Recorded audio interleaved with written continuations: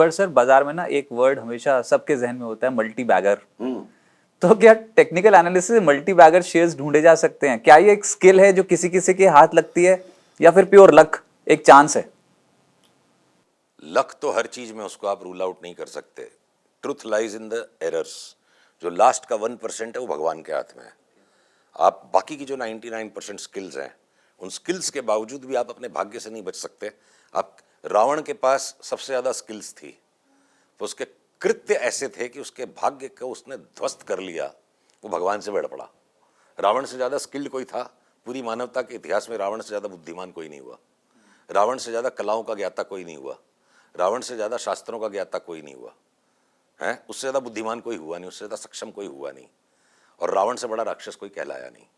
तो skill versus luck की जो डिबेट है वो किसी और दिन करने योग्य है। पर आपके मल्टी बैगर के प्रश्न का मैं उत्तर दे दूं।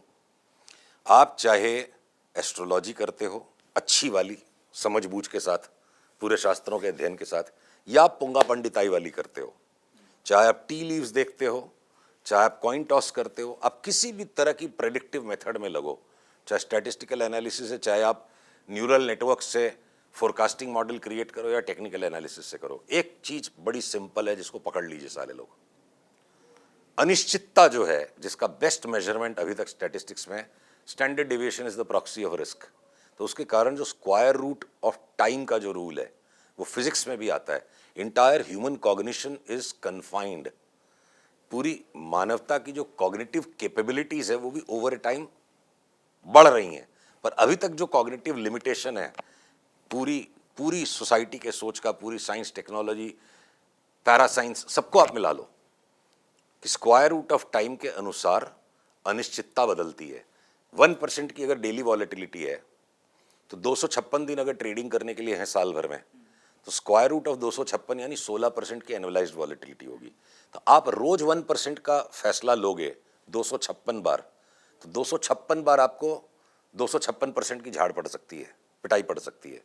पर अगर आप लॉन्गर टर्म फोरकास्टिंग करने के लिए और लॉन्गर टर्म एक्शन लेने के लिए अपने चंचल मन को काबू में रखकर थोड़ा धैर्य रखें, तो आप जितनी ज्यादा लॉन्गर टर्म फोरकास्टिंग करोगे, चाहे पंडित वाली चाहे पोंगा पंडित वाली, longer term forecasting will always work better. तो टेक्निकल एनालिसिस को कटघरे में खड़ा करने के बजाय ह्यूमन कॉग्निशन को समझा जाए, तो टेक्निकल एनालिसिस में भी आप जितनी ज्यादा लॉन्गर टर्म फोरकास्ट पे जाओगे और जितनी ज्यादा आपकी एरर टॉलरेंस को बढ़ा दोगे। इंट्राडे की ट्रेडिंग करने के लिए 25 पॉइंट निफ्टी आज 25,000 26,000 के भाव पे, आप कुछ लोग स्टॉप लॉस बना लेते हैं, कुछ लोग 100 पॉइंट की रखते हैं, पर आपको जब लॉन्गर टर्म फोरकास्ट करनी है तो 5-10% का एरर टॉलरेट कर सकते हो।